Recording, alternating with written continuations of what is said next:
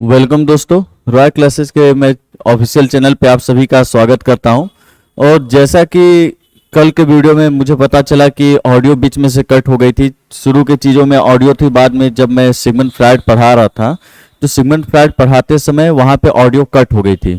तो इस वीडियो में पूरे सिगमंड फ्रायड को शुरू से लेकर अंत तक कवर कर देता हूँ पूरा विस्तृत तरीके से, ताकि जो ऑडियो कट हो गया है उसको जैसे जो छूटा हो और शुरू से पूरा बिल्कुल ये आज की क्लास पूरी सिगमंड फ्रायड के ऊपर रहेगी और पूरी तरह सिगमंड फ्रायड को इसके अंदर कवर कर दिया जाएगा।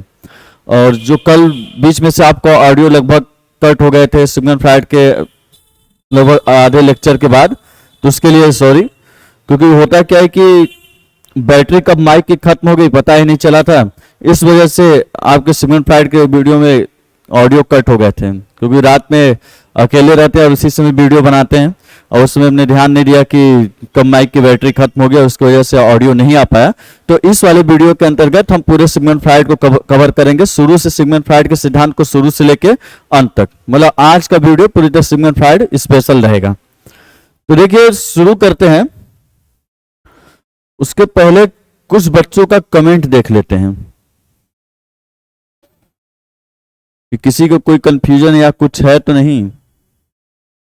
कंफ्यूजन तो आप लोग को नहीं है, कंफ्यूजन तो आप लोग नहीं लिखे हैं, लगता है बहुत तेज बच्चे हैं आप लोग। कंचन पाल जी लिखती हैं कि सर थोड़ा धीरे बोला करिए, जल्दी जल्दी बोलते हैं। ठीक है, चलिए हम धीमा बोला करेंगे, जल्दी जल्दी नहीं बोलेंगे।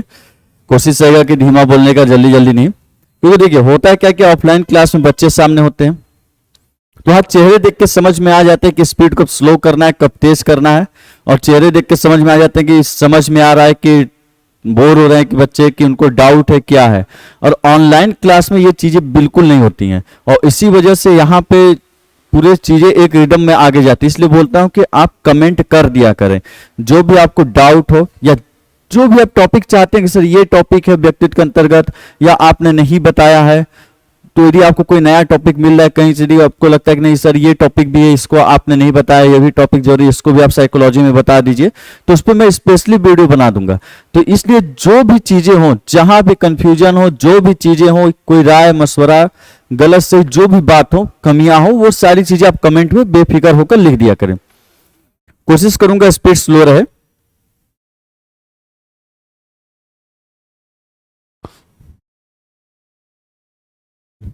तो आज का जो हमारा सिद्धांत है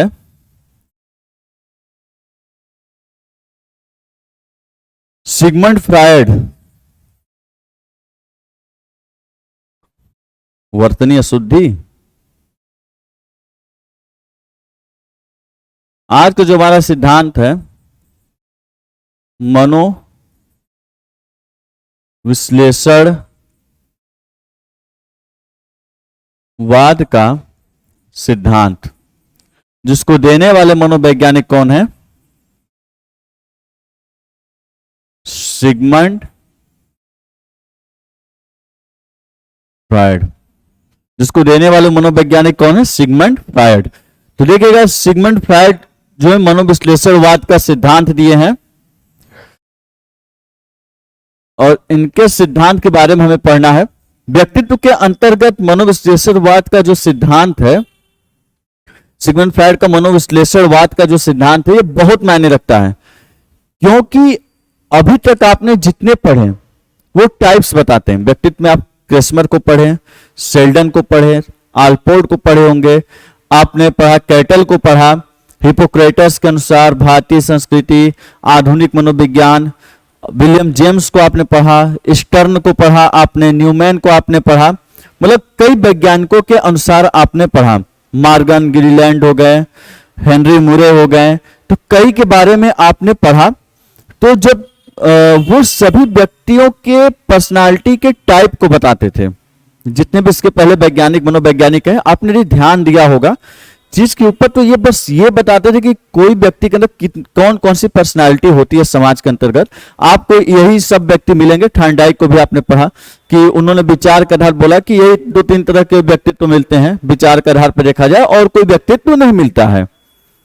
तो जितने के बारे में आपने पढ़ा तो वो सभी मनोवैज्ञानिक व्यक्तित्व के टाइप को बताते हैं कि कितने प्रकार के व्यक्तित्व होते हैं। तो ये सारी बात कौन बताते हैं? इसके पहले जितने मनोवैज्ञानिक प्रकार बता रहे थे। सिगमंड फ्रायड का बहुत ही अहम स्थान इसलिए साइकोलॉजी में, क्योंकि पहली बात अपने इस सिद्धांत पे उन्होंने अचेतन मन का एक्सप्लेनेशन दिया। जब एक्सप्लेनेशन दिया अचेतन मन के बारे में, जिसको अनकॉन्शियस माइंड भी बोलते हैं, जब उन्होंने अनकॉन्शियस माइंड अचेतन मन के बारे में एक्सप्लेन किया, तो उन्होंने साथ में एक्सप्लेन किया अचेतन मन को बहुत ही व्यापक तरीके से। और वहां पे उन्होंने ये भी बताया कि पर्सनालिटी जो चीज है वो पर्सनालिटी कैसे डेवलप होती है, और जब डेवलप होती है पर्सनालिटी तो कैसे व्यक्तियों के अंदर कोई पर्सनालिटी बनती है, वो कौन सी चीजें होती हैं जो आपकी पर्सनालिटी को बदल देती हैं, वो कौन सी चीजें जिसकी वजह से पर्सनालिटी हमेशा बदलती रहती है। उन सभी चीजों को सिगमंड फ्रायड ने अपने सिद्धांत के अंदर बताया। तो पिछली वीडियो में आपने देखा होगा, चूंकि मैं शुरू से शुरू कर रहा हूं, और तो आपने पिछली वीडियो में देखा होगा कि सिगमंड फ्रायड ने एक डिजाइन दिया,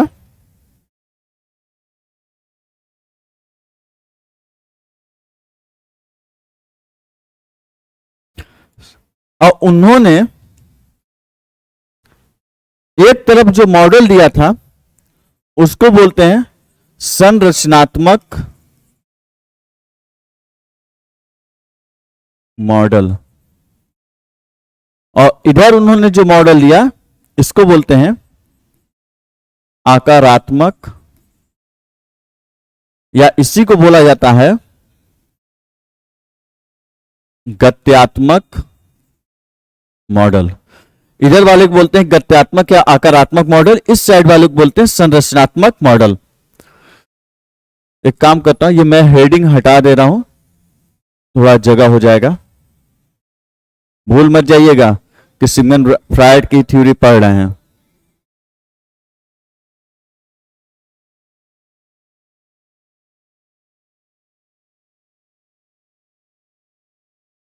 तो डिजाइन सेट कर दिया जाए।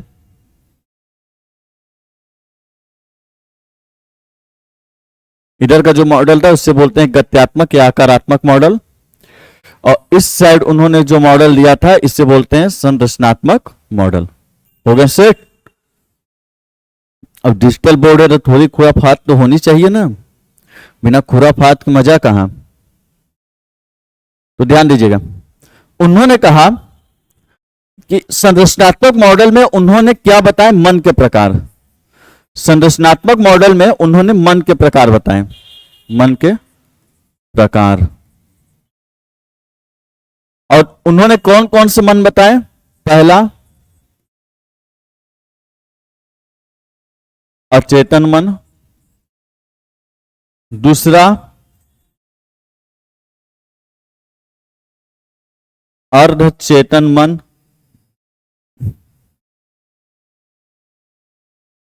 और तीसरा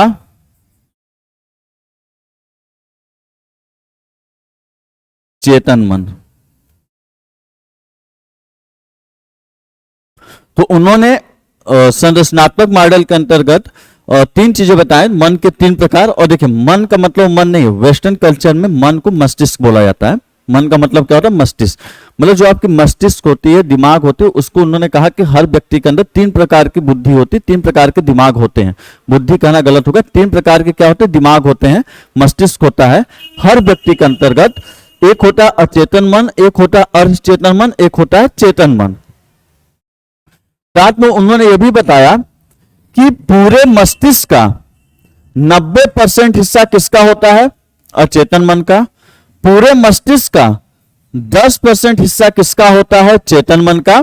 और अर्धचेतन मन का कोई हिस्सेदारी नहीं होता है। 90% कौन होता है? अचेतन मन, और 10% कौन होता है? चेतन मन। यह बात आप समझे। फिर उन्होंने कहा, जाहिर बात है, बात यह उठी भाई, यदि तीन तरह के दिमाग हमारे अंदर हैं तो काम क्या करते हैं? साइकोलॉजी में आप मालूम है, जब भी कोई वैज्ञानिक कोई थ्योरी देता है तो सवाल तो उठते ही हैं। तो सवाल उठा कि यदि तीन तरह के दिमाग आप बोले कि हमारे अंदर हैं, तो ठीक है, चलिए मान लिए कि तीन तरह के दिमाग हैं, तो तीनों दिमाग आखिर काम क्या करते हैं? उसके कुछ काम तो होते होंगे ना, तो आखिर उनका काम क्या, वो काम क्या करते हैं? तो उन्होंने उसके कार्य के बारे में बताया कि अचेतन मन आनंद एवं खुशी के नियम पे कार्य करता है। अर्ध चेतन मन वास्तविक परिस्थिति के आधार पर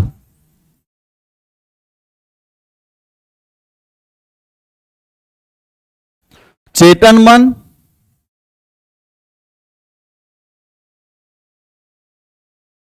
नैतिकता के नियम पर।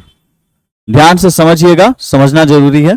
जरा देख लो एक बार, ऑडियो आ रहे हैं कि नहीं? बिल्कुल सही, ऑडियो आ रहा है। और डर लग रहा है, मेहनत पूरी चली गई थी खराब। अब रात में बैठ के यहाँ पे 1-1, 2-2 बजे बन रहा है, उसके बाद फिर पता चला कि नहीं ऑडियो ही गायब हो गए। खैर छोड़िए उस बातों को, आगे बढ़ते हैं।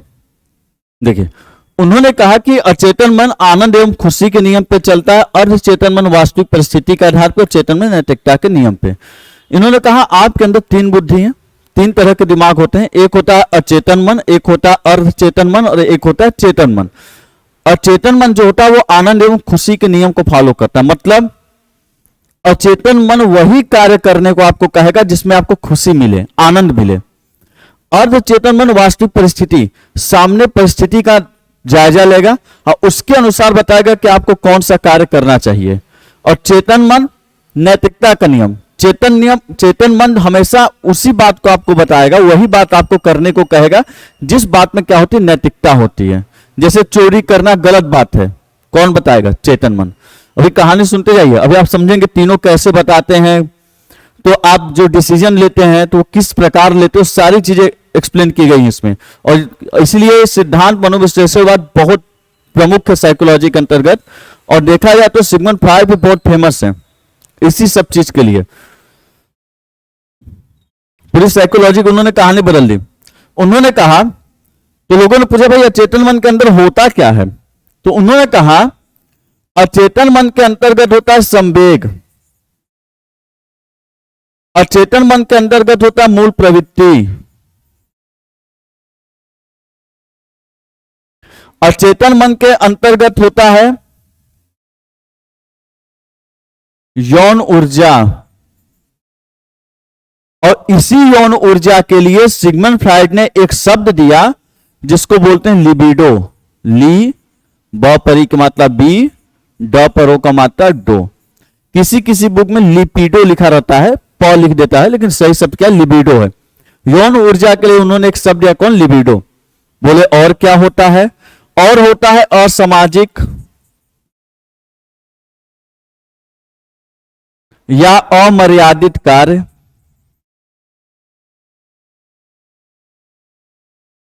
और क्या होता है? असामाजिक अमर्यादित कार्य। उन्होंने कहा कि अचेतन मन आनंद और खुशी के नियम को फॉलो करता है, पर उसके अंदर होते हैं संवेग, मूल प्रवृत्ति, यौन ऊर्जा, लिबिडो, असामाजिक अमर्यादित कार्य और साथ में दमित इच्छा।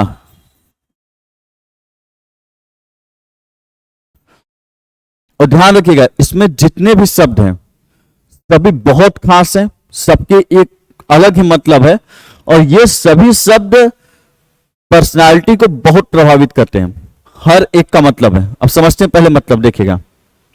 उन्होंने कहा कि अचेतन मन हमेशा वही काम करे जिसमें आपको आनंद और क्या मिलती है? खुशी। पहला बात समझ गए। दूसरा चीज उन्होंने बताया कि अचेतन मन के अंदर, जैसे पूछेगा संवेग और मूल प्रवृत्तियां कहां पाई जाती हैं, तो अचेतन मन के अंतर्गत।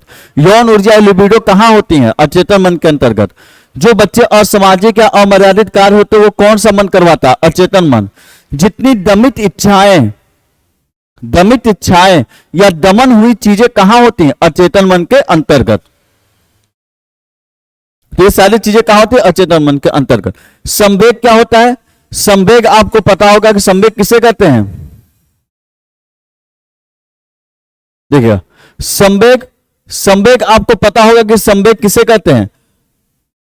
जो भी, जब आपने मैकडूगल के बारे में शुरू क्लास में मैंने थोड़ा सा बताया था संवेग, अभी संवेग की पूरी थ्योरी लेके आएंगे, सिद्धांत लेके आएंगे। संवेग किसे कहते हैं? जो रोना, हंसना, ये सारी चीजें, मतलब मन या दिमाग के अंदर जो उथल पुथल होती है आपके अंदर, जो आपको क्रोध गुस्सा आता है, जो आनंद खुशी की प्राप्ति होती है, जो दुख होता है, दर्द होता है, पीड़ा हो गया, भय हो गया, प्रेम हो गया, ये सारी चीजें जो आप महसूस करते हैं, आपके मस्तिष्क के अंदर जो ये उथल पुथल उठती है, तो ये सारी उथल पुथल को ही क्या बोलते हैं?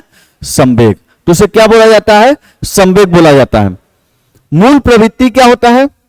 जब आपके मस्तिष्क के अंतर्गत उठते हैं उथल पुथल, जैसे गुस्सा आया, दिमाग बिल्कुल पागल हो गया, आप आवेश में आ गए कि नहीं अब तो बहुत बुरा गुस्सा आया, तो आप क्या करते हैं? सामने वाले को 4 हाथ मार देंगे, ये करें, सामने वाले को 4 हाथ मार दिए, या फिर आप ये करेंगे कि नहीं जो भी सामान उठा पट के तोड़ दिए, गुस्से से लाल हरे पीले हो जाएंगे। तो देखिए, संवेग वो होता है जो मस्तिष्क के अंदर उथल पुथल उठता है। उस उथल पुथल के बाद आप करते क्या है, वो होती है आपकी क्या कहलाती है? मूल प्रवृत्ति। जैसे डर लगा, रात में उठे, छत पर थोड़ा टहलने निकले, तभी आपको डर लग गया कि लगता है कोई भूत प्रेत आत्मा आपके पीछे पड़ गई, आप डर गए। और डरने के बाद होता क्या है कि आप स्पीड थमती नहीं, आप बिल्कुल दौड़े दौड़े एकदम बिस्तर तक आते हैं, बिस्तर में घुस जाते हैं कंबल के अंदर। तो वो भय जो था, डर जो था, वो संवेग था जो आपके दिमाग में उठा। पर उसके बाद आपने किया क्या? आप दौड़ के भागे, डर के क्या किए? भाग गए। जो भागना है, वहां से पलायन कर जाना है, वही कहलाती है आपकी क्या? मूल प्रवृत्ति। इस बात को समझ गए? और सामाजिक कार्य तो आप जानते हैं, वह कार्य जिसे समाज नहीं करता, जैसे आपने पत्थर उठाया, रोड लाइट तोड़ दिया, तो क्या कहलाते हैं? असामाजिक कार्य।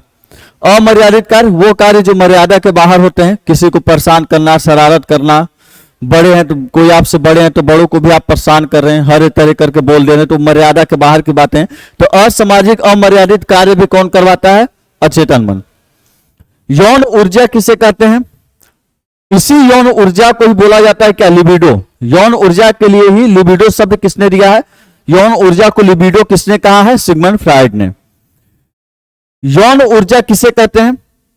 जब आप किसी कार्य को करते हैं तो आपके अंदर एक उत्तेजना होती है, एक्साइटमेंट होती है। जैसे चलो मूवी देखने चलते हैं, बिल्कुल तरोताजा हो गए कि नहीं अब तो मूवी देखने चलना है, तो अरे यार बाइक नहीं है, हॉल तो 3 किलोमीटर दूर है, दोपहर का 1 बज रहा है, अब क्या करें? तो तुरंत आप बोलेंगे कोई बात नहीं, ऑटो पकड़ के चलेंगे। ऑटो भी नहीं मिल रही, हड़ताल है आज, पैदल चलेंगे लेकिन मूवी देखेंगे। तो वो ऊर्जा जो आपको बिल्कुल फ्रेश रखती है, एक्साइटेड रखती है, उत्तेजित करती है, उसी ऊर्जा को क्या बोला जाता है? यौन ऊर्जा। और उसी को क्या बोला गया? लिबिडो। यौन ऊर्जा कैसे काम करती है? क्योंकि यौन ऊर्जा होती है अचेतन मन के अंतर्गत, समझिए। और अचेतन मन कार्य करता है आनंद और खुशी के नियम पर। अचेतन मन किसके ऊपर कार्य करता है? आनंद और खुशी के नियम पे। तो इनडायरेक्टली यदि देखा जाए तो यौन ऊर्जा भी किसके लिए काम करेगी? आनंद और खुशी के नियम पर। अब सोचिए, क्लास में गए, बहुत बोरिंग सब्जेक्ट चल रही है, जैसे गणित, कई बच्चों का, मैक्सिमम बच्चों का देखा जाए पसंदीदा सब्जेक्ट नहीं होता है, कोई बड़ी बात है नहीं। तो गणित जैसे मैक्सिमम बच्चों का पसंदीदा सब्जेक्ट नहीं होता है। गणित छोड़िए, पढ़ना ही बहुत लोग का पसंदीदा सब्जेक्ट नहीं होता है। तो देखिए, आपको यदि क्लास में गए, क्लास में बोला गया कि आज गणित पढ़ाया जाएगा, चलेगा ट्रिग्नोमेट्री, त्रिकोणमिति, शुरू करो साइन थीटा कॉस थीटा, लाल बटे कक्का। तो उसी समय आपकी कंडीशन क्या होती है? याद करिए, जब भी कोई ऐसा सब्जेक्ट पढ़ाया जाता है जो आपको पसंद नहीं है, तो आपकी कंडीशन क्या होती थी? पूरी ऐसी लगती थी शरीर से कोई एनर्जी खींच लिया, बॉडी में एनर्जी नहीं है, पलके भारी हो गई, एकदम बंद हुए जा रही है। ब्लैक बोर्ड छोड़िए, सर का भी जो चेहरे वो भी धुंधला धुंधला दिखाई दे रहा है, ये हाल हो जाता था। सर में पूरा दर्द होता था, सर पकड़ लिया, एकदम चक्कर आने शुरू हो जाते थे, ऐसा लगता था शरीर में ऊर्जा ही नहीं है, कोई पानी की बोतल भी नीडल लगाकर चढ़ा दे, ये हालत हो जाती थी आपकी। यहां तक ये हालत हो जाती थी कि लगता था बेहोश होकर गिर न जाए, सो जाने के बाद छोड़िए बेहोश होकर गिर न जाए, ये हालत हो जाती थी आपकी जब कोई इस तरह के सब्जेक्ट पढ़ाने की बात की जाती थी। पर सोच के देखिए, जैसे ही लेक्चर खत्म होता था, आपकी हालत बहुत बुरी चल रही है, एकदम मतलब बोलते हैं कि एकदम पूरी तरह बेहोशी की हालत में आप चले गए हैं उस लेक्चर के अंतर्गत, उस क्लास में। लेकिन जैसी घंटी लगी, क्लास खत्म हुआ, उस 1 सेकेंड के अंतर्गत आपने देखा होगा उस एक सेकेंड में ही आपकी पूरी शरीर में एनर्जी दौड़ जाती थी, माइंड पूरी तरह फ्रेश हो जाता था, पूरा शरीर ऊर्जावान हो जाता था, लगता था कहीं भी आ जा सकते हैं, दौड़ सकते हैं, भाग सकते हैं, कुछ भी कर सकते हैं। तो ऐसा होता क्यों था? मतलब एक सेकंड पहले आपको बिल्कुल ऊर्जा महसूस नहीं होती थी, सर दर्द करता था, सब कुछ लगता था पूरे शरीर में जान ही नहीं है, लेकिन एक सेकंड के अंदर ही अगले ही पल, अगले ही क्षण आपको ऐसा लगा पूरे बॉडी में ऊर्जा आ गई, माइंड पूरी तरह फ्रेश हो चुका है। तो ये होता क्यों है? देखिए, गणित या जो विषय भी आप पढ़ रहे थे वो चीजें आपको पसंद नहीं थी, इसलिए वहां पर यौन ऊर्जा आपके शरीर को ऊर्जा नहीं देती थी, आपका शरीर उत्तेजित ही नहीं करती थी, आपके शरीर को क्या कर देती थी? डाउन। जब आप उस विषय को पढ़ते थे तो उस विषय को पढ़ते समय यौन ऊर्जा को, जाहिर बात है आपको खुशी आनंद तो मिलता नहीं था, और जब खुशी आनंद नहीं मिलता था तो यौन ऊर्जा भी क्या हो जाती थी? डाउन हो जाती थी, बंद हो जाती थी, पूरी ऊर्जा को सोख लेती थी, आपके शरीर में ऊर्जा का प्रवाह होता ही नहीं था। लेकिन जैसे छुट्टी की घंटी लगी, आपके कानों ने आवाज सुना कि छुट्टी, वैसे ही आपको क्या, छुट्टी होते बच्चों के अंदर खुशी हो जाती है, आनंद मिल जाता है, वैसे यौन ऊर्जा क्या हो जाती है? एक्टिवेट हो जाती है, और आपका पूरे शरीर ऊर्जावान हो जाता है, वो आपको एक्साइटेड कर देती है, उत्तेजित कर देती है। और जब कोई ऐसा कार्य जो बोरिंग होता है, जो करने में मजा नहीं आता, उस समय आपको पूरी तरह क्या कहते हैं कि उत्तेजना से हीन कर देती है, आपकी पूरी उत्तेजना डाउन कर देती है, आप बिल्कुल उत्तेजित नहीं रहेंगे, एक्साइटेड नहीं रहेंगे उस चीज को करने के लिए या पढ़ने के लिए। पर जैसे छुट्टी हुई, उसमें आनंद मिलता है, खुशी मिलता है, वैसे आपको पूरी तरह एक्साइटमेंट आ जाती है, उत्तेजित हो जाते हैं। तो ये कार्य कौन करता है? ये कार्य यौन ऊर्जा करता है। दमित इच्छा क्या होती है? बहुत बड़ी चीज है दमित इच्छा। दमित इच्छा भी अचेतन मन के अंदर ही होती है। दमित इच्छा क्या होती है? अब सोचिए, जैसे कि वाक्य याद आ रहा है कि बहुत से होते हैं, आप लोग के साथ भी हुए होंगे, हुए तो होंगे ही, बताएं ना बताएं आप सभी। तो देखिए, दमित इच्छा क्या होती है? जैसे मान लीजिए कि आपको कपड़े खरीदने हैं, आपने देखा बहुत अच्छा कपड़ा है, या बचपन में होता था बैग वगैरह देख लेते तो बहुत अच्छा खरीदना है, कपड़े देख लिए आपने खरीदने हैं बहुत अच्छे।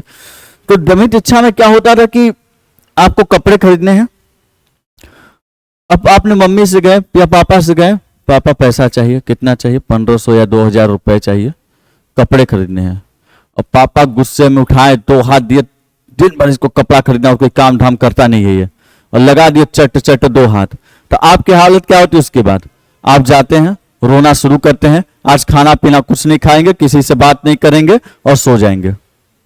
ये हो जाता है, ये प्रतिक्रिया आप करते हैं।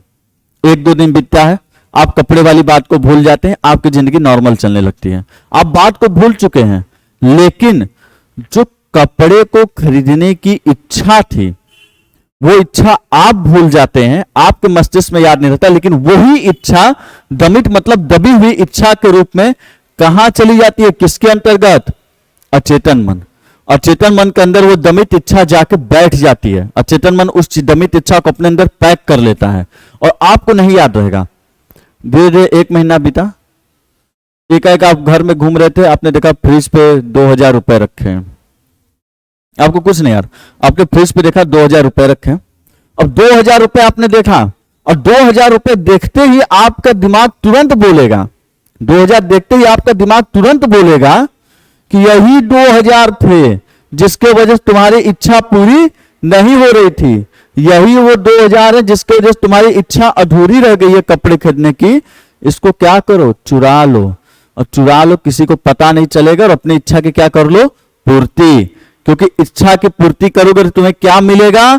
आनंद एवं खुशी। तो चेतन मन वही कार्य करवाता है जिसमें आनंद एवं खुशी मिले, और उस चीज को करने के लिए किसी भी हद तक जा सकता है। कौन बोलेगा उस चीज को चोरी कर लो, क्योंकि उससे इच्छा की पूर्ति होगी, और इच्छा की पूर्ति होते हुए आपको क्या मिलेंगे? आनंद और खुशी मिलेगा। तो दमित इच्छा जो आपके अंदर दब जाती है, आपको खुद नहीं याद होता कि दमित इच्छा क्या है हमारी, और वो एकाएक एक्टिव होता है, वो कौन होता है? अचेतन मन के अंदर ही दबी होती दमित इच्छा। मतलब जो आज तक आप चोर नहीं थे, पर एक दमित इच्छा की वजह से, जो आपकी इच्छा थी जिसकी पूर्ति नहीं हुई, उसे अचेतन मन ने अपने अंदर दबा के रखा था, उस एक दमित इच्छा की वजह से आप चोरी करने पे क्या हो गए? विवश। ऐसा नहीं कि आप चोरी करेंगे, वो आपका निर्णय होता है कि आप चोरी करेंगे कि नहीं करेंगे, पर यदि कर रहे हैं, उस समय आपने उस 2000 को उठाया, तो वो दमित इच्छा के वजह से हुआ, क्योंकि उस दमित इच्छा ने आपको उकसा दिया कि नहीं करो, इससे तुम्हें आनंद की प्राप्ति होगी। तो उस दमित इच्छा की वजह से जो आप चोर नहीं थे, आपका व्यक्तित्व अब किसके रूप में बदल गया? चोर के रूप में। तो यही बात सिगमंड फ्रॉइड बोला कि आपकी पर्सनालिटी को सबसे ज्यादा कौन प्रभावित करता है? अचेतन मन। ये सभी चीजें आपकी पर्सनालिटी को क्या कर देते हैं? चेंज कर देते हैं, बदल देते हैं, चाहे वो दमित इच्छा है। इसलिए बोले ना कि आपको खुद नहीं पता चलेगा कि आपकी पर्सनालिटी कब और कैसे किस वजह से बदलगी, पर बदल जाएगी। पहले आप चोर नहीं थे, फिर एकाएक आप चोर बन गए बस एक चीज की वजह से, वो एक छोटी सी इच्छा नहीं पूरी हुई जो आपकी कहां बैठ गई थी? दमित इच्छा के रूप में मस्तिष्क के अंतर्गत। तो वही होता है दमित इच्छा। बच्चों ने देखे होंगे, मीठा बना, घर वाले मीठा नहीं दिया खाने के लिए, छुपा के डब्बे में रख दिए। अब आपके अंदर दमित इच्छा होगी, मीठा खाने की इच्छा थी, वो दमित इच्छा फिर कहां जाकर बैठ गई? मस्तिष्क के अंतर्गत। और आप बचपन में जैसे घर वाले इधर उधर हुए, आपने ढूंढना शुरू कर दिया। अब आपका पता नहीं, मेरा तो काम था, हम तो ढूंढना शुरू कर देते थे पूरे घर के अंतर्गत कि कहां कहां पे मिठाई रख सकती है मम्मी। और जब ढूंढना शुरू कर दिए मिठाई, तो कहीं ना कहीं मिठाई मिलेगा। तो उस समय क्यों ढूंढना शुरू कर देते हैं? इसीलिए क्योंकि वो जो मिठाई खाने की इच्छा थी जो पूरी नहीं हुई, वो दमित इच्छा या दबे हुए इच्छा के रूप में आपके मस्तिष्क के अंदर बैठ जाती है। और जैसे आप घर में खुद को अकेले पाते हैं, बाकी समय आपको नहीं याद रहेगा, जैसे ही आप खुद को घर में अकेले पाए, सभी लोग इधर उधर गए, तुरंत दमित इच्छा आपको एकाएक एक्टिवेट करेगी कि मिठाई ढूंढो, कहीं मम्मी छुपा कर रखी होंगी। और तुरंत आप ढूंढना बड़े लगन के साथ ढूंढते हैं, और जैसे मिलता आप खाते हैं तो आपको बड़ी किसकी प्राप्ति होती है? आपको किसकी प्राप्ति हो जाती है? आनंद एवं खुशी की। तो आप समझ गए होंगे कि दमित इच्छा क्या होती है और कैसे वो आपको एक्टिव करती है और कैसे आपकी पर्सनालिटी में बदलाव लाती है। पर देखिए, ऐसा नहीं है कि दमित इच्छा आपसे कहती है चोरी करो, वही करवाती है। कल जाकर कहीं चोरी करके मिठाई खा लीजिएगा तो मम्मी जब बिगड़ना शुरू कर बोल लीजिएगा घर पे सर ने सिगमंड फ्रॉइड पढ़ाया था, बोले थे अचेतन मन में दमित इच्छा तो वो करवाई चोरी। हम नहीं करना चाहते थे, आप इच्छा पूरी नहीं की इसलिए चोरी कर लिया। ऐसा नहीं है। देखिए, जैसे सोच के देखिए, एक कंडीशन कि कपड़े की इच्छा थी आपको खरीदने की, आपको पीटा गया, कपड़े आप नहीं खरीद पाए। एक महीने बाद आपको फ्रिज पे 2000 रुपए दिखा, तो जैसे वो दिखेगा, अचेतन मन की दमित इच्छा क्या बोलेगी? पहला आपके अंदर बात क्या उठेगा? चोरी कर लो, चोरी करके इच्छा की पूर्ति कर लो, कोई देख नहीं रहा, चोरी करके इच्छा की पूर्ति कर लो, बहुत आनंद मिलेगा। पर दूसरा यही पे कौन रहेगा? चेतन मन। और चेतन मन बोलेगा चोरी करना गलत बात है, चोरी नहीं करते, मत करो। ये भी बात आपके दिमाग के अंदर उठेगा। और चेतन मन बोलेगा कि ऐसा है कि वास्तविक परिस्थिति यह है कि घर में कोई है नहीं, कोई देखेगा नहीं, चोरी करके निकल जाओ, कोई आएगा तो बोल देंगे हमको क्या पता। तो मतलब आपके अंदर ये अलग अलग 2-3 तरह के विकल्प एक ही टाइम पे उठते हैं। आप भी नोटिस किए होंगे, किसी चीज को लेके हल्की सी आवाज उठेगी, पर ये 2-3 तरह की बातें आपके दिमाग में आते हैं और वो आप पे डिसाइड करता है कि आप किस चीज का चुनाव करते हैं। तो वही बोला जाता है इच्छा शक्ति, विल पावर, इच्छा शक्ति, कि जिस व्यक्ति की इच्छा शक्ति जितनी मजबूत होगी वो उतना ही नैतिकता पे टिका रहेगा, और जिस व्यक्ति की इच्छा शक्ति कमजोर होगी वो किधर चला जाएगा? अचेतन मन के टाइप, और वो असामाजिक कार्यों को कर लेगा, चोरी वगैरह। तो इसलिए ये कभी नहीं होता कि ये आपसे करवाते, ये आपको विकल्प देते हैं, ऑप्शन, कि चोरी कर लो, दूसरा बोलेगा चोरी मत करो, गलत काम है, और चेतन मन बोलेगा कोई घर में देख नहीं रहा इसलिए चोरी कर सकते हो। तो ऐसे आपके दिमाग में 4-5 विकल्प उठते हैं हर तरीके के। ये उठाने का काम कौन करते हैं? यही सब मिलकर अपने अपने तरीके से, और वो आपके ऊपर निर्णय छोड़ते हैं कि आप किसका चुनाव करते हैं। अब जैसे आप वीडियो देख रहे हैं, नीचे 2-3 रील दिख ही रहे होंगे, स्लाइड करेंगे, नीचे 2-3 रील देख ही रहे होंगे। अब आप नीचे के जो 2-3 रील हैं, अब आपको 2-3 रील को देखते ही आपके दिमाग में बात उठेगी, तो दिमाग में क्लिक करेगा। पहला अचेतन मन, रील देखो, रील देखने में आनंद और खुशी मिलेगा। वीडियो क्यों देख रहे हैं? इसमें कौन सी खुशी मिलने वाली है? क्या देखो? रील देखो, इसमें क्या मिलने वाला? आनंद और खुशी। चेतन मन बोलेगा कि देखो नैतिकता की बात यह है, सीधे सीधे पढ़ना है, पास करना है, तो रील वगैरह छोड़ो, चुपचाप वीडियो लास्ट तक देखो, और साथ में शेयर भी करते जाना, सर हमेशा कहते हैं। और इस चेतन मन क्या बोलेगा? कैसा है वास्तविक परिस्थिति? ऐसा है यूपी टेट अभी 1-2 महीने बाद है, अभी थोड़ी ना एग्जाम डेट आया है, कुछ फॉर्म वगैरह भरा गया है, तो अभी वक्त है, रील देखा जा सकता है, इसलिए रील देख लो, अभी पेपर में टाइम है, तैयारी हो जाएगी। तो तीनों ने अपने अपने तरीके से आपके दिमाग के अंदर बात भर दी। वो आपके इच्छा शक्ति के ऊपर डिपेंड करता है, और ये चीज समझना बहुत जरूरी है, क्योंकि जब इस लॉजिक को आप नहीं समझते वही गलती करते हैं। सिर्फ इसलिए नहीं क्योंकि पेपर में आएगा, इसलिए समझना जरूरी क्योंकि आपके जीवन का हिस्सा है ये, और ये आपके इच्छा शक्ति के ऊपर निर्भर करता है कि आप उस ऑप्शन में से किसका चुनाव करते हैं। जो व्यक्ति जितना नैतिकता का चुनाव करेगा वो उतनी ही सफलता को प्राप्त करता है। जितना चेतन मन का सुनेगा उतनी ही सफलता की क्या करेगा, प्राप्ति। और जितना आप अचेतन मन की तरफ जाएंगे उतना ही आप असफलता की तरफ बढ़ते जाएंगे। इसलिए कोशिश करिएगा, जब ये 2-3 बात उठे ना, बोलेगा हाँ समझ रहे हैं, तुम अचेतन मन है जो हमको भटका रहा है, हम चेतन की सुनेंगे और किसी की सुनने वाले नहीं है। तो तुरंत बोलिएगा कि भाई चेतन की सुनेंगे और किसी की नहीं सुनेंगे, और चुपचाप वीडियो लास्ट तक देखना है। तो देखिए, ये उन्होंने बताया मन के प्रकार। अब आते हैं इधर कि भाई जब उधर तो उतनी कहानी बता दिए, तो गत्यात्मक आकारात्मक मॉडल के अंतर्गत उन्होंने क्या बताया। तो देखिए, उन्होंने कहा गत्यात्मक या आकारात्मक मॉडल के अंतर्गत उन्होंने व्यक्तित्व के प्रकार बताए। किसके? व्यक्तित्व के प्रकार। गत्यात्मक या आकारात्मक मॉडल के अंतर्गत उन्होंने किसके प्रकार बताए? व्यक्तित्व के प्रकार। और जो उन्होंने व्यक्तित्व के प्रकार बताए,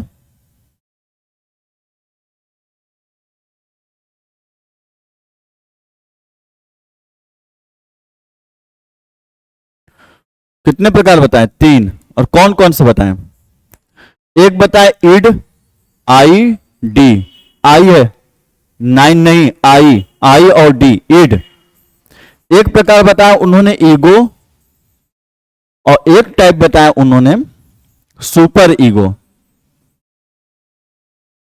सुपर ईगो। ईड को बोलते हैं इदम, ईगो को बोलते हैं अहम, और सुपर ईगो को बोला जाता है परा अहम। परा अहम, या इसी को बोलते हैं आदर्श अहम, या इसी सुपर ईगो क्या बोलते हैं? आदर्श अहम।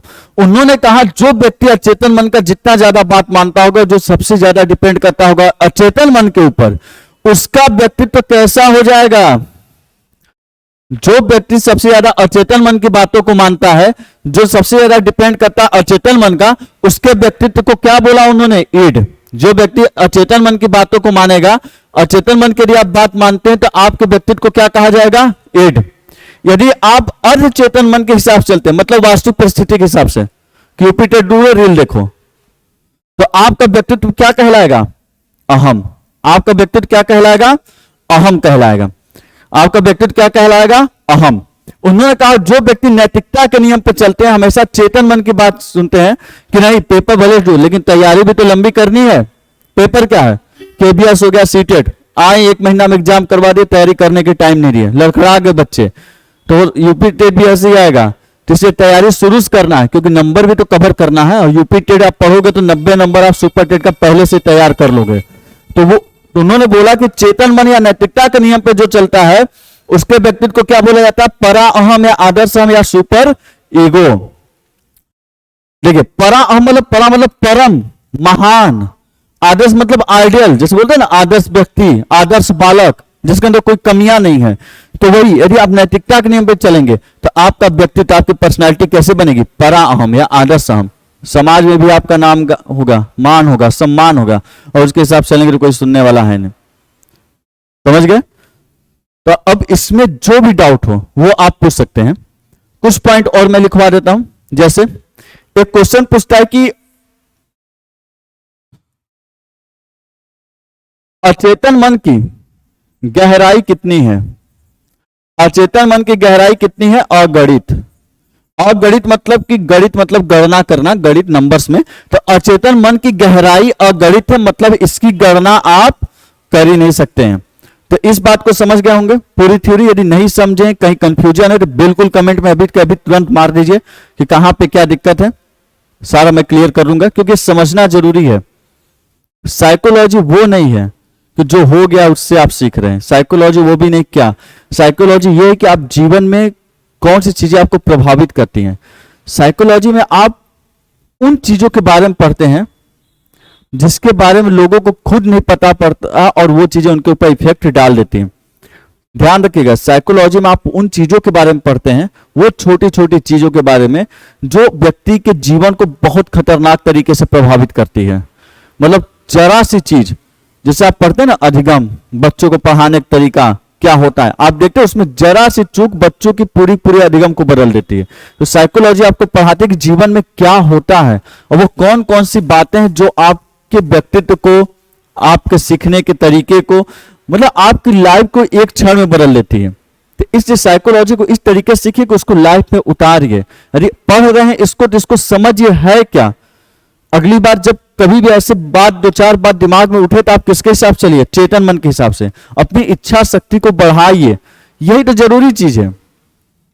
देखिए, पेपर पास करना, सफल व्यक्ति बन जाना, नौकरी पा लेना, ये जिंदगी का बस एक मोड़ है कि जिंदगी में आप नौकरी पा गए, सक्सेसफुल हो गए, ये जिंदगी एक मोड़ है। और आपको पता है कितनी कम वैकेंसी रहती है। अब 97,000, 1 लाख भी दे दो वैकेंसी, देने वाले पेपर 15 लाख हैं। 1 लाख में आप हुए नहीं हुए अलग बात है, पर ये सोच के देखिए कि 1 लाख को वैकेंसी मिली तो 14 लाख कहाँ जाएंगे। तो सफलता सिर्फ, जब आप पढ़ाई करते हैं तो सफलता सिर्फ नौकरी थोड़ी ना होती है कि आपने नौकरी कर ली है तो आप सफल हो गए। सफलता कभी नौकरी, बोलते हैं ना कि बिजनेसमैन है, बिजनेस करके कमा ले रहा है, अब नौकरी करके भी नहीं कमा। बात बिजनेस और गवर्नमेंट जॉब या प्राइवेट जॉब की नहीं होती। बात होती है आपने लाइफ को जीना कैसे सीखा है। जो आपने पढ़ा, जितनी भी चीजें आपने पढ़ी, हिस्ट्री पढ़ा कि लोगों ने क्या किया तो बदले में मिला क्या। हिस्ट्री में आप यही पढ़ते हैं लोगों ने किया क्या और बदले में मिला क्या। गणित में आप पढ़ते हैं कि दुनिया में जितनी भी चीजें आपकी प्रॉब्लम है सभी की गणना, कैलकुलेशन कैसे की जा सकती है। कोई भी समस्या हो हम कैलकुलेट कर लीजिए कि क्या है, कैसे हमको कैसे चीजों को मैनेज करना है, किस तरह से हम हिसाब से चले कि अपनी लाइफ अच्छी चलेगी। कैलकुलेशन, गणित सिखाएगी आपको। हिस्ट्री आपको सिखाएगी क्या हुआ कैसे हुआ। साइकोलॉजी आपको सिखाता है जिंदगी जिया कैसे जाता है, वो कौन सी छोटी छोटी बातें हैं जिसपे आप ध्यान नहीं देते तो आपकी लाइफ पूरी तरह इफेक्ट बदल जाती है। तो जिंदगी जीना सीखिए। जब आप जीना सीख जाएंगे, जिंदगी का हर एक पहलू को समझ जाएंगे, तो चाहे जॉब मिले या ना मिले, फिर आप जिंदगी में एक सफल व्यक्ति रहेंगे। आपके पास इतने माइंड में तरीके रहेंगे ना कि आपको कोई रोक नहीं सकेगा। पैसा कमाना तो बहुत आसान चीज है, वो कोई बड़ी चीज नहीं है, लेकिन जब आप जिंदगी जीने का हुनर सीख जाते हैं तो विश्वास मानिए कि आप अंदर से इतने कॉन्फिडेंट होते हैं, आप खुद को जान जाते हैं, अपने लाइफ को समझ लेते हैं, तो आप इतने कॉन्फिडेंट होते हैं, आपको मालूम होता है कि ये नहीं तो हम ये भी करके कर सकते हैं। आपके पास हजारों तरीके दिमाग के अंदर आते हैं। तो वो चीज जो कॉन्फिडेंस लेवल में रहते हैं आप, बिल्कुल। तो इसलिए बोलते हैं जब भी कोई भी सब्जेक्ट पढ़िए तो समझिए कि उसका लाइफ में यूज है, उसको किसी मकसद के लिए आप पढ़ रहे हैं, बस नौकरी पाने के लिए नहीं। और जब आप उसे लाइफ में यूज के लिए पढ़ते हैं, समझ के पढ़ते हैं, आप उसका यूज करते हैं लाइफ में, तो विश्वास मानिए कि जैसे बाइक चलाना नहीं होता है कि बाइक चलाना एक बार सीख जाते फिर ध्यान देने की जरूरत नहीं, क्लच ब्रेक पे बस चलाते रहते हैं, कभी भूलेंगे नहीं। बोलते हैं ना इन हाथों ने हथियार छोड़ा है, चलाना थोड़ी ना भूला है। तो बस वही चीज है कि हथियार चलाते हैं आप, यूज करते हैं। दूसरी तरफ जब आप कोई भी सब्जेक्ट का अपने लाइफ में यूज करते हो, उससे निचोड़ निकालते हैं, ज्ञान प्राप्त करते हैं, आखिर ये हुआ तो इसके पीछे हम क्या ज्ञान प्राप्त किया, कहाँ यूज करते हैं। जब आप उसको यूज करते हैं तो समझ लीजिए कि वो चीजें आपके दिमाग में ऐसे बैठ जाएगी जैसे हथियार चलाने के ऊपर, कि आप सब्जेक्ट छोड़ भी देंगे ना तब भी उसको भूलेंगे नहीं। और ये चीज बहुत मायने रखती है, इस बात को समझा करिए और उसी तरीके से खुद को पढ़ा करिए। सिर्फ किताबी कीड़ा बनकर रट लेने से चीजें नहीं होती हैं। तो अचेतन मन की गहराई कितनी होती है, अगणित। तो आप समझ गए होंगे कि उन्होंने कैसे मन के प्रकार बताए, व्यक्तित्व के प्रकार बताए, किस तरीके से उन्होंने चीजों को बदला। तो देखिए क्वेश्चन कैसे बनेगा, मनोविश्लेषणवाद का सिद्धांत व्यक्तित्व में किसने दिया, सिगमंड फ्रायड। अचेतन मन, अचेतन मन, चेतन मन या अचेतन मन का व्यापक अध्ययन किसने किया, सिगमंड फ्रायड।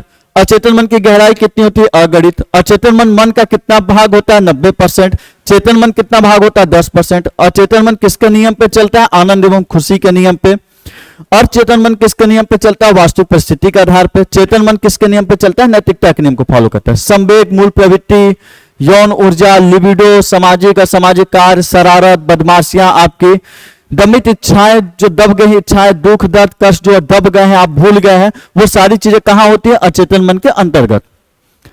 अचेतन मन के जो 3 प्रकार बताओ, उस मॉडल को क्या बोला जाता है? संरचनात्मक मॉडल। या संरचनात्मक मॉडल के अंतर्गत सिगमंड फ्राइड ने किसके बारे में बताया? मन के प्रकार के बारे में। अब ये चीज आप लिखेंगे तो पूरी कहानी हो जाएगी, इसलिए इसी को याद करिए आप, यही ये समझिए। व्यक्तित्व के कितने प्रकार बताए हैं? ईड, ईगो और सुपर ईगो। इदम, अहम और परा अहम, या इसी को बोलते हैं आदर्श अहम। व्यक्तित्व के जो प्रकार बताए गए उस मॉडल को सिगमंड फ्राइड ने क्या बोला? गत्यात्मक या आकारात्मक मॉडल। गत्यात्मक या आकारात्मक मॉडल के अंतर्गत क्या बताएंगे? व्यक्तित्व के प्रकार। तो समझ गए, इससे बहुत क्वेश्चन बन सकते हैं अलग अलग तरीके से बदलकर। अचेतन मन के हिसाब से जो व्यक्ति चलता है उस व्यक्ति के व्यक्तित्व को सिगमंड फ्राइड ने क्या है कहा है? ईड या इदम। अचेतन मन के हिसाब से जो व्यक्ति कार्य करता है उसके व्यक्तित्व को क्या बोला जाता है? ईगो या अहम। चेतन मन के कारण या नैतिकता के नियम पर जो व्यक्ति हमेशा चलता है, जरूरी नहीं चेतन मन लिखे, ऐसे भी लिख देगा, नैतिकता के नियम पर जो व्यक्ति कार्य करता है या उसी के हिसाब से निर्णय लेता है, उस व्यक्ति के व्यक्तित्व को सिगमंड फ्राइड ने क्या कहा है? सुपर ईगो या आदर्श अहम या फिर परा अहम। तो ये पूरी कहानी उन्होंने बताया।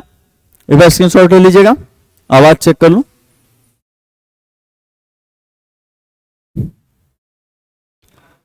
देखिएगा कुछ पॉइंट है जो आप नोट कर लीजिएगा, जैसे अचेतन मन की गहराई अगणित होती है, मतलब इसकी गणना नहीं की जा सकती।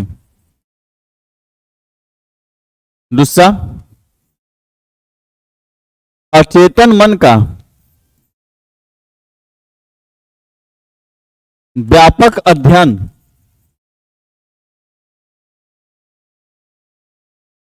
करने वाले मनोवैज्ञानिक कौन है? सिगमंड। अब आपको लग रहा है सारी चीजें तो याद है, लिखवा क्यों रहे हैं? क्योंकि आप समझ गए इसलिए आपको याद है, बस लिखवा इसलिए रहे कहीं भी पूछ रहे तो आप कंफ्यूज ना हो जाएं, दिमाग में पूरी तरह डिटेल में रहे चीजें। सिगमंड फ्राइड है। सिगमंड फ्राइड ने यौन ऊर्जा को लिबिडो कहा। सिर्फ फ्राइड लिख देता हूं, वैसे भी वर्तनी आप जानते ही हैं।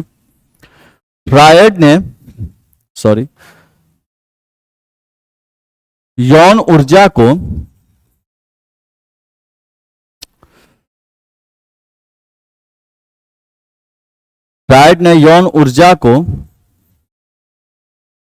लिबिडो कहा। फ्राइड ने यौन ऊर्जा को क्या कहा?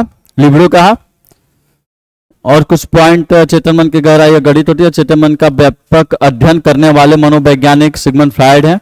फ्राइड ने ही यौन ऊर्जा को क्या कहा है? लिबिडो कहा है। एक पॉइंट और लिख लीजिए, यौन ऊर्जा मूल प्रवृत्ति पर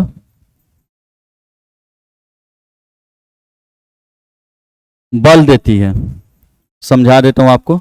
मूल प्रवृत्ति क्या होती है? भागना, दौड़ना, हंसना, ये सारी चीजें किसमें आती है? मूल प्रवृत्तियों के अंतर्गत आता है।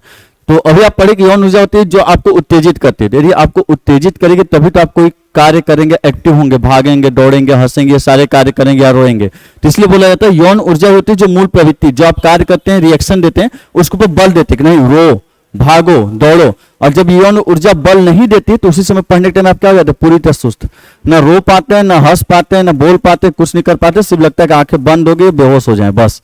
तो इसलिए बोला जाता है यौन ऊर्जा मूल प्रवृत्ति पे क्या देती है? बल देती है। और यदि पॉइंट इसमें से उठा लें हम, बाकी पॉइंट आप यहां से कवर कर सकते हैं इस पर डायग्राम से उठाकर।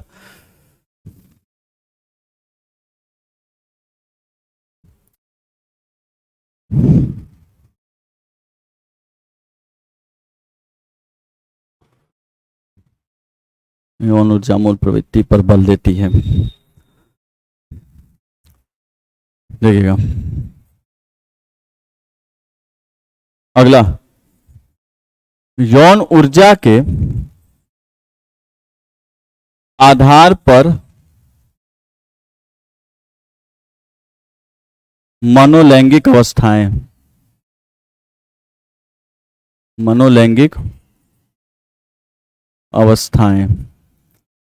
देखिए यौन ऊर्जा के बारे में किसने बताया? Sigmund Freud. तो यदि पूछेगा मनोलैंगिक अवस्थाओं के बारे में कि भी किसने बताया? सिगमंड फ्राइड ने बताया है। मनोलैंगिक अवस्थाएं किसके आधार पर बताई गई है? यौन ऊर्जा के आधार पर। मनोलैंगिक अवस्थाएं होती कितनी है? 5। देखिएगा, पहला होता है मुखावस्था, यह होता है 1 से लेके 0 से लेके, लिख सकते हैं 0 से लेके लगभग 2 वर्ष तक। कहीं कि 18 महीने लिखा रहेगा, कहीं कि 1 वर्ष भी लिखा रहता है, कहीं कि 2 वर्ष, मतलब इसी के आसपास में फ्लक्चुएशन आपको देखने को मिलेगा। पहला होता है मुखावस्था, दूसरा होता है गुदावस्था, यह आपके होते हैं 2 से लेके 3 तक। तीसरा होता है सेशनावस्था,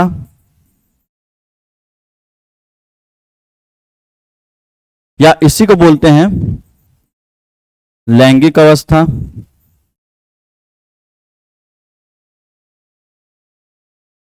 यह होता है आपका 3 से लेके 5 तक। चौथा होता है आपका अदृश्यात्मक या फिर अव्यक्त। व्यक्त करना लिखते हैं ना, व्यक्त, व्यक्त का सब विलोम अव्यक्त अवस्था। यह होता है आपका 6 वर्ष से लेके 12 वर्ष तक। पांचवा हो जाता है जनन इंद्रिय अवस्था या जननेंद्रिय अवस्था होता है। यह होता है 12 वर्ष से ऊपर।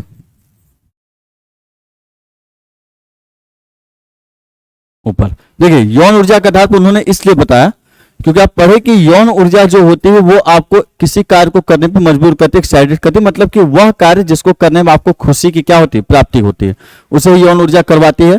तो उन्होंने कहा कि जो छोटे बच्चे होते हैं, जो शुरू में जो छोटे बच्चे होते हैं, उन्हें हर चीज अपने मुंह के अंदर डालने की आदत होती है। अंगूठा डालेंगे मुंह में, चूसना शुरू कर देंगे, कंकड़ पत्थर कुछ भी उठाएंगे मुंह के अंदर डाल देंगे।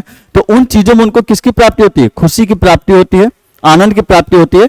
इसलिए उन्होंने बोला कि इस अवस्था में, इस अवस्था कौन सा नाम दिया? मुखावस्था या मुखीय अवस्था, क्योंकि इस अवस्था में बच्चे मुख या मुंह के अंदर सारी चीजों को डालते हैं। अंगूठा, चूसना, कंकड़ पत्थर, जो भी चीजें पाए सब कुछ मुख के अंदर डाल लेते हैं। दूसरा उन्होंने गुदावस्था बोला।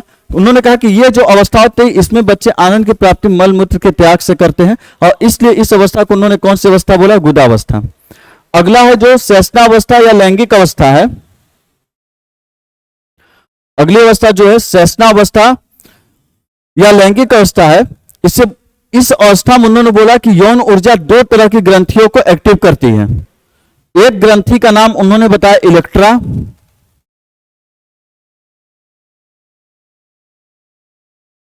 एक ग्रंथि का नाम उन्होंने बताया इलेक्ट्रा, और दूसरी ग्रंथि का नाम है ओडिपस। एक ग्रंथि का नाम बताया इलेक्ट्रा और दूसरी ग्रंथि का नाम है ओडिपस। उन्होंने कहा कि इलेक्ट्रा ग्रंथि लड़कियों के अंतर्गत पाई जाती है। लड़की के, किसके? गर्ल्स के। उन्होंने कहा कि गर्ल्स या लड़कियों के अंतर्गत इलेक्ट्रा ग्रंथि पाई जाती है, और जो ओडिपस ग्रंथि होती है बॉयज के अंतर्गत पाई जाती है, मतलब लड़कों के अंदर। और उन्होंने कहा जब यौन ऊर्जा इनको प्रभावित करती है, इलेक्ट्रा ओडिपस ग्रंथि को, तो इलेक्ट्रा ग्रंथि के ही वजह से लड़कियों के अंतर्गत इस समय में पितृ प्रेम देखने को मिलता है। पितृ प्रेम मतलब कि वो माता से ज्यादा पिता से प्रेम करती हैं। इस अवस्था के अंतर्गत लड़कियां माता से ज्यादा पिता से प्रेम करती हैं। वो किस ग्रंथि की वजह से होता है? इलेक्ट्रा ग्रंथि के। और लड़के, इस एज में लड़के पिता से ज्यादा माता से प्रेम करते हैं, मतलब मातृ प्रेम देखने को मिलता है। और वो किस ग्रंथि की वजह से होता है? ओडिपस ग्रंथि। तो सिगमंड फ्राइड ने 2 ग्रंथियों के बारे में बताया, एक इलेक्ट्रा, एक ओडिपस। इलेक्ट्रा लड़कियों के अंतर्गत पाया जाता है, जिसकी वजह से सुबह पितृ प्रेम की भावना उनके अंदर जागृत होती है, मतलब माता से ज्यादा पिता से प्रेम करती हैं। और ओडिपस ग्रंथि जो लड़कों के अंतर्गत होता है, जिसके एक्टिवेट मतलब सक्रिय होने पर लड़कों के अंतर्गत मातृ प्रेम की भावना जागृत होती है, जो पिता से ज्यादा किससे प्रेम करते हैं? माता से प्रेम करते हैं। तो उन्होंने इलेक्ट्रा ओडिपस ग्रंथि के बारे में बताया। तो सैसना अवस्था में उन्होंने कहा जो यौन ऊर्जा होती है इन ग्रंथियों को एक्टिव करती है। अदृश्यात्मक या अव्यक्त अवस्था, उन्होंने कहा कि इस अवस्था में यौन ऊर्जा क्या होती है, निष्क्रिय। निष्क्रिय या बोल सकते हैं कि क्या होती है, शांत। उन्होंने कहा इस अवस्था में यौन ऊर्जा निष्क्रिय या शांत होती है। निष्क्रिय और शांत होने की वजह से ही अदृश्यात्मक, अदृश्यात्मक मतलब क्या, दिखाई न देना, अदृश्य हो जाना, गायब हो जाना, क्योंकि निष्क्रिय है, शांत है, इसलिए वो व्यवहार में दिखाई नहीं देगी। व्यक्त मतलब होता है सामने प्रकट होना, अव्यक्त मतलब वो सामने प्रकट नहीं होती, व्यक्त रूप में रहती नहीं, इसलिए बोला जाता है अदृश्य या फिर अव्यक्त अवस्था। और इस अवस्था में क्या होती है, यौन ऊर्जा निष्क्रिय होती है या फिर जिसे बोलते हैं शांत। और उन्होंने बोला 12 वर्ष के ऊपर यौन ऊर्जा होती है, जनन इंद्रियों में क्या होती है, स्थापित होती है, जिसके वजह से लड़के और लड़कियों के अंतर्गत विषम लिंगी प्रेम की भावना देखने को मिलती है, क्योंकि विषम लिंग की तरफ क्या होते हैं, आकर्षण महसूस करते हैं। तो वो क्या होती है, जननेंद्रियों में स्थापित होती है, वो किसमें होता है, 12 वर्ष से ऊपर। तो एक बार इसको लिख लीजिएगा। और इस इलेक्ट्रा ओडिपस ग्रंथियों को आप ऐसे लिख सकते हैं,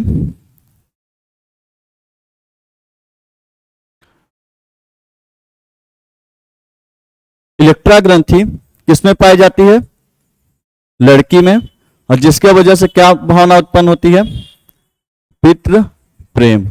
इसका मतलब नहीं कि माता से घृणा, मतलब पिता से ज्यादा प्रेम करती माता की अपेक्षा। और ओडिपस ग्रंथि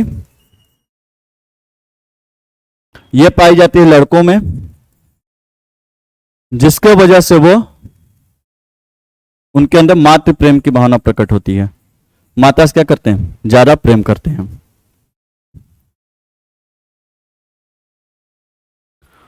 एक उन्होंने शब्द दिया नर्सिज्म, एक और शब्द लिख लीजिएगा यहां पे, एक उन्होंने शब्द दिया था नर्सिज्म।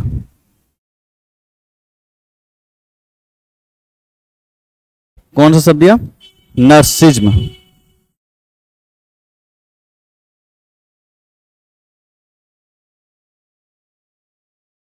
एक उन्होंने शब्द दिया नर्सिज्म।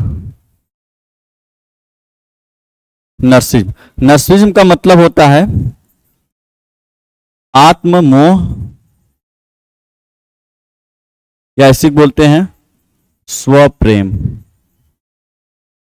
उन्होंने कहा कि नर्सिज्म किस अवस्था में पाई जाती है, शैशवावस्था। ये पूछता है आपसे, शैशवावस्था में नर्सिज्म की भावना पाई जाती है। उन्होंने बोला शैशवावस्था जो सबसे छोटे बच्चे होते हैं, लगभग 1-2 साल की उम्र के बच्चे, उनके अंदर नर्सिज्म की अवस्था पाई जाती है। वो अपने आप से और अपने अंगों से ज्यादा क्या करते हैं, प्रेम करते हैं, मतलब खुद से ज्यादा प्रेम करते हैं। वो किसी से प्रेम नहीं करते, न माता न पिता से, जो सबसे छोटे बच्चे होते हैं 1 या 2 साल की उम्र में। तो उन्होंने कहा कि उस अवस्था में बच्चे खुद से ज्यादा प्रेम करते हैं।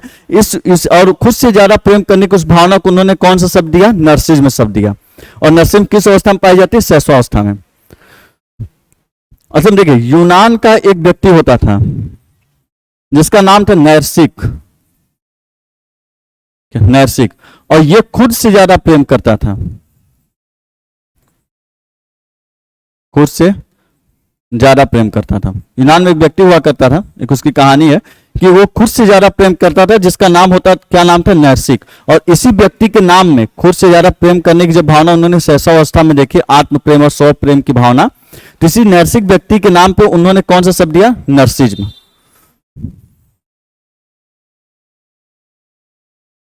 और कुछ पॉइंट है जिसे लिख लीजिएगा आप।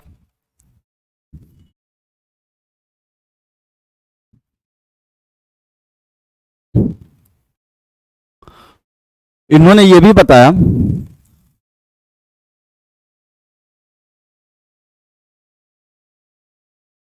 यौन ऊर्जा से व्यक्ति जितना संतुष्ट या असंतुष्ट होता है,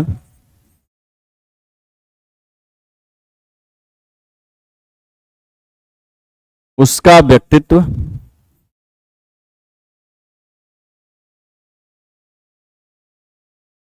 वैसा ही बन जाता है। एक पॉइंट और लिख सकते हैं, जो आप जानते सभी हैं, पर लिख लीजिएगा। एक पॉइंट और लिख लीजिएगा, अचेतन मन व्यक्तित्व को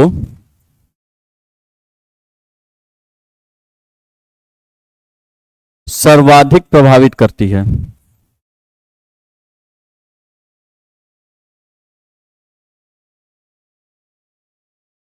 ये सारे कंक्लूजन है जो अभी तक आपने पूरी थ्योरी को पढ़ा और समझा, उसी बात को है कि अचेतन मन व्यक्तित्व को सर्वाधिक प्रभावित करता है।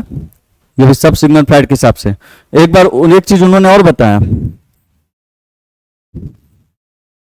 व्यक्तित्व या फिर जो आपका मन होता है, मस्तिष्क,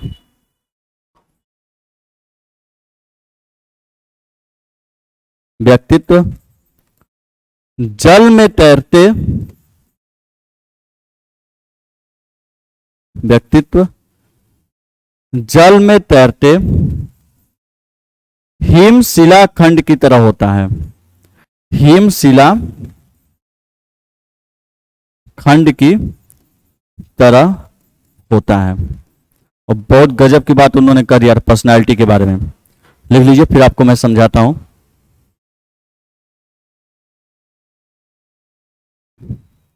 देखिए, ये बातें तो आप समझ गए, जो भी चीज को समझना है कि उन्होंने बोला कि व्यक्तित्व या जो भी मन होता है वो जल में तैरते हुए हिमशिला खंड की तरह होता है। इस बात को उन्होंने इसलिए बोला कि अभी आपने यहां पढ़ा था, हाँ देखिए यहां पे आपने पढ़ा था कि अचेतन मन पूरे मन का कितना भाग होता है, 90%, और चेतन मन 10%। इसी बात को उन्होंने तुलना किया कि जल में तैरता हुआ, उन्होंने कहा कि जो जल होता है, जल में तैरता हुआ एक बर्फ का टुकड़ा, जब जल में तैरता हुआ जो बर्फ का टुकड़ा होता है उसका 10% भाग पानी के बाहर होता है और 90% भाग क्या होता है, पानी के अंदर। जो बर्फ का टुकड़ा जब भी जल में तैरता है, फिजिक्स वगैरह भौतिक में पढ़े होंगे कि 10% भाग क्या होता है, पानी के बाहर, और 90% भाग पानी के अंदर। और उन्होंने वही बात रखा, मन का कौन सा भाग 10% होता है, चेतन मन। मतलब किसके हिसाब से, नैतिकता, जिसके अंदर क्या होती है, नैतिकता। और पानी के अंदर कौन सा 90%, 90% मतलब अचेतन मन, जिसमें सारे क्या हो जाते हैं, आनंद और खुशी के नियम पर, और जितने भी असामाजिक, अमर्यादित या फिर सारे शरारत वाले कार्य है वो सभी कहां होते हैं, अचेतन मन के अंदर। तो उन्होंने बोला कि जब आप किसी व्यक्ति को देखते हैं, तो जैसे आप पानी में तैरते हुए बर्फ के टुकड़े को देखते हैं तो उसका 10% भाग बाहर आपको दिखाई देता है, 90% भाग आपको दिखाई नहीं देता है। उसी तरह जब आप किसी व्यक्ति को देखते हैं तो उसकी पर्सनालिटी का सिर्फ आपको कितना भाग दिखाई देता है, 10% भाग। और वो भी जो आपको 10% भाग दिखाई देता है वो भी कौन सा दिखाई देगा, नैतिकता वाला। और उसके जो 90% भाग अचेतन मन वाले हैं, और सामाजिक कार्य, अमर्यादित कार्य जितने भी हैं उसके शरारत, वो कहां होता है, नीचे, वो आपको दिखाई नहीं देता है। तो इसी बात को सिगमंड फ्राइड ने बोला कि जब आप किसी व्यक्ति के व्यक्तित्व को देखते हैं, पर्सनालिटी को देखते हैं, तो आपको सिर्फ जैसे बर्फ जल में तैरता हुआ जो हिमशिला खंड होता है, बर्फ का टुकड़ा होता है, उसका 10% भाग दिखाई देता है, 90% भाग नहीं दिखाई देता। उसी तरह जब आप किसी व्यक्ति के व्यक्तित्व, पर्सनालिटी को देखते हैं तो उस व्यक्ति का सिर्फ आप 10% देखते हैं, 90% भाग उसका आप देख नहीं पाते। और 10% पे आप सारी अच्छाई देखते हैं जो आपको दिखाता है, 90% भाग वो अंदर छुपा के रखता है अचेतन मन में, जो आप कभी देख नहीं पाते हैं। तो इस बात को समझ लीजिएगा। तो इसी चीज को उन्होंने कहा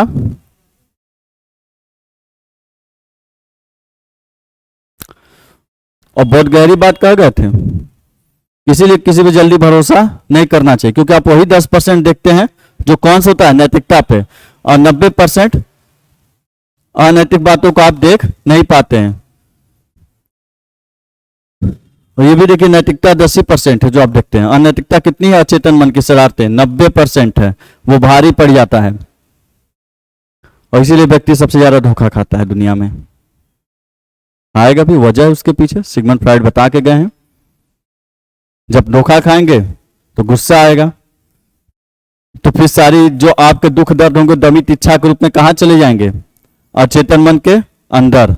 और उन्होंने एक चीज और बोला कि दमित इच्छा के बारे में उन्होंने एक चीज और बताया कि अचेतन मन बहुत ही जरूरी है। अचेतन मन व्यक्ति को जिंदा रखने का काम करता है, वो है चाहे जैसा, पर उसके वजह से व्यक्ति जीवित रहते, नहीं तो कब के परलोक सिधार जाए। उन्होंने कहा कि जब भी आपको दुख, दर्द या कष्ट होता है, वो सभी दमित इच्छा के रूप में आपके अचेतन मन के अंदर चली जाती हैं। फिर अचेतन मन उसके रूप को बदल के बाहर निकालने की कोशिश करता है। जो आपके दुख या दर्द है उसका रूप बदलता है, रूप बदल के बाहर निकालने का कार्य करता है, जिसके वजह से आप उस दुख दर्द को भूल जाते हैं और आपका दिमाग क्या रहता है, शांत रहता है। और यदि ऐसा न हो तो आप कुंठा से ग्रसित होंगे, फिर डिप्रेशन, एंजाइटी, स्वाहा। तो इसलिए उन्होंने बोला कि जो दमित इच्छाएं होती हैं या आपके दुख दर्द व्यक्तियों के जो होते हैं, उसको अचेतन मन रूप बदल के बाहर निकालता है। रूप बदल के बाहर निकालने का मतलब है कि जैसे मान लीजिए बहुत लोग होंगे महिला मित्र, पुरुष मित्र होंगे ही, तो जब महिला मित्र पुरुष मित्र से आपको धोखा मिल जाता है, क्योंकि आप 90% भाग देख ही नहीं पाते, क्योंकि तो छिपा होता है, 10% भाग ही दिखाई देता है। तो जब धोखा मिलता है तो दुख और दर्द बहुत ज्यादा होता है और लगता है कि नहीं कि अब तो काट डाले, तो मार डाले, तो पीट डाले सब, लेकिन आप वो कार्य कर ही नहीं सकते हैं। आप वो कार्य नहीं करते हैं क्योंकि आपको पता है कि ऐसा करेंगे तो पिटाई अपनी होगी। तो वो सारे दुख दर्द गुस्सा आप नहीं निकाल पाते हैं, जिसके वजह से वो सारा दुख दर्द कहां चला जाता है, अचेतन मन के अंदर।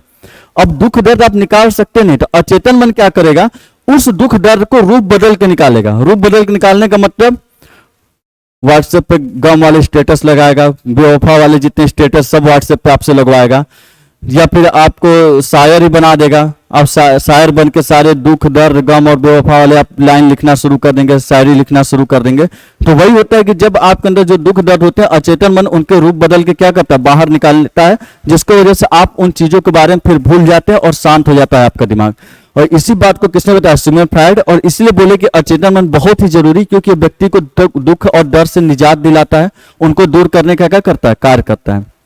इसे कहते हैं आप व्हाट्सएप को स्टेटस देख के समझ जाएंगे कि व्यक्ति के दिमाग में चल क्या रहा है, कौन कितना दुख में, कौन दुख के बाहर है।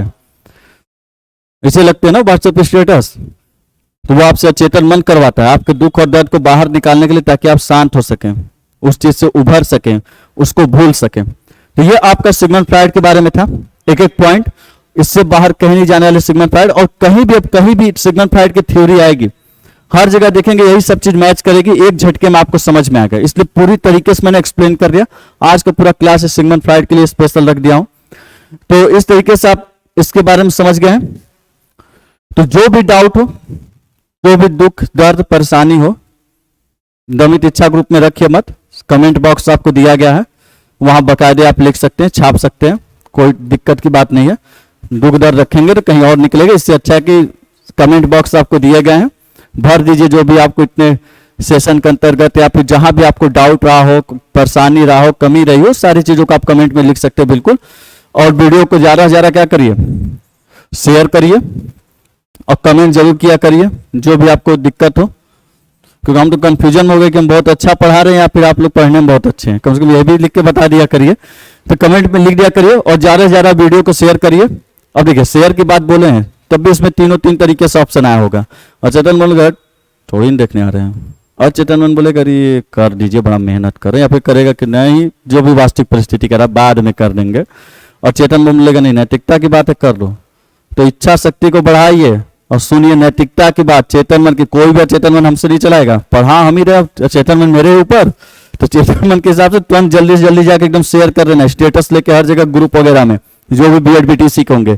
तो इसी के साथ आपसे विदा लेते हैं। जो भी प्रॉब्लम हो, जो भी टॉपिक हो आपको चाहिए, आप कमेंट करके बता सकते हैं। बिल्कुल उस टॉपिक में मैं वीडियो लेके आऊंगा, या कोई भी डाउट हो बता दिया करिए, उसको मैं अगले सेशन में कंप्लीट कर दिया करूंगा। तो इसी के साथ आपसे विदा लेते हैं। Good luck.